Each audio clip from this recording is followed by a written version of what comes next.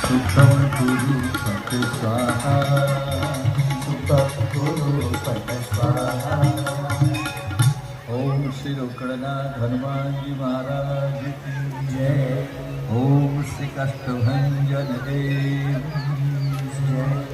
ओम श्री साईनाथ महाराज की जय।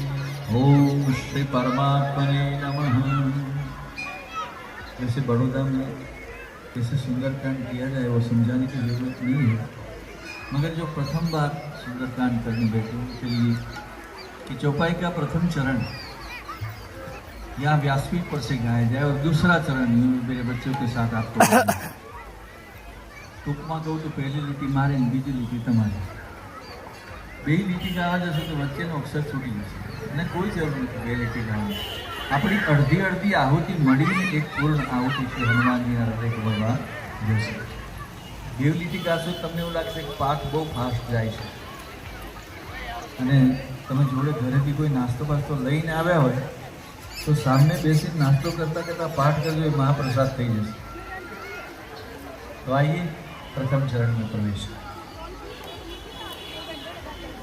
प्रणव पवन कुमार खरबन पावक ज्ञान घन